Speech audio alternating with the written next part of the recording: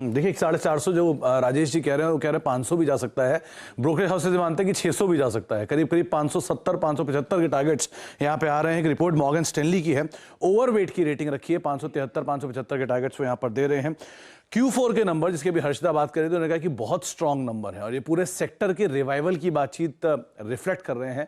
उन्हें इस नंबर्स के अंदर अच्छी ग्रोथ आते हुए दिखाई पड़ रही है। एक डिमांड स्ट्रॉन्ग है, साथ ही साथ उनको लगता है कि जो हालिया फॉल आया है शेयर के अंदर, जो रिसेंट करेक्शन आया उसके बाद एक अच्छी वैल्यू भी दिखाई पड़ रही है। रियल स्टेट स्पेस के अंदर वेल पोजिशनड है, आप इस लिहाज से भी दांव लगा सकते हैं। करीब करीब मौजूदा स्तरों से 100 रुपए का अपसाइड, 150 रुपए का अपसाइड वो देख रहे हैं। 573 रुपए के टारगेट है कि आज बिग ब्रोकरेज रिपोर्ट के तौर पर हमने चुना है स्टील के ऊपर की रिपोर्ट है, वो है मॉर्गन स्टैनली की। एक बहुत ही क्लियर, बहुत ही स्ट्रांग स्टांस उन्होंने मेंटेन किया इस पूरे सेक्टर को लेकर।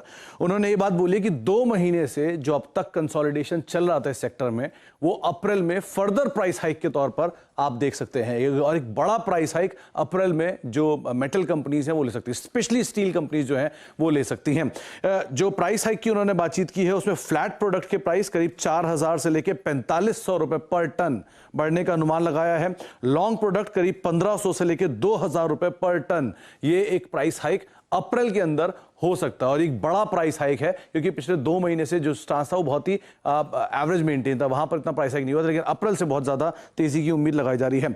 आगे चलकर अगर सप्लाई को लेकर फर्दर कंसर्न रहते हैं तो ये और ज्यादा बढ़ सकता है, इसको भी उन्होंने डिनाई नहीं किया है। तो प्राइस हाइक हुआ है अप्रैल में और गोइंग फॉरवर्ड और होता हुआ दिखाई पड़ सकता है। इसीलिए उन्होंने कहा कि जो मेजर स्टील कंपनीज हैं वो आपके फोकस में रहनी चाहिए और ऑब्वियस बात है मेजर में आप JSW steel, Tata steel, GSPL जैसी कंपनीज को अवॉइड नहीं कर सकते। तो इन सब के ऊपर आपका फोकस होना चाहिए।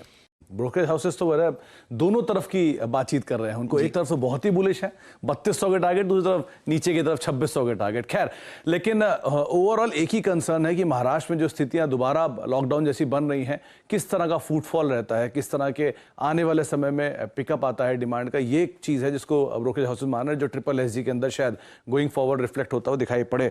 लेकिन अदरवाइज जो टारगेट्स हैं वो गोल्डमैन सैक्स की तरफ से करीब 3290 रुपए के हैं, यानी कि मौजूदा स्तर जो स्टॉक का करीब 2800 रुपए है उससे रफली 400 450 रुपए का एक अपसाइड वो यहां पर देख रहे हैं। लेकिन क्रेडिट स्विस जो है वो अंडर परफॉर्म रेटिंग रखता है, वो 2400 रुपए का, यानी कि यहां से 400 रुपए का डाउन साइड है। तो मोर लेस एवरेज में कंसेंसस आप 2800 2900 की रेंज में ही देखेंगे।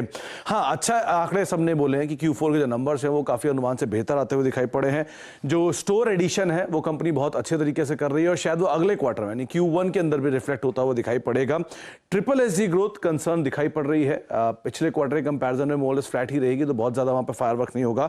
लेकिन हाँ, सबसे बड़ी चीज की जो महाराष्ट्र में लॉकडाउन है इसका इंपैक्ट कंपनी के किस तरह से अगले क्वार्टर के नंबर्स के अंदर आएगा या इस क्वार्टर के लास्ट के नंबर्स के अंदर देखने को मिलेगा, ये 2-3 चीजें इसको ब्रोकरेज हाउसेस जरूर क्रूशियली वॉच कर रहे हैं। लेकिन अदरवाइज सबने एक बुलिश स्टांस ही मेंटेन रखा है।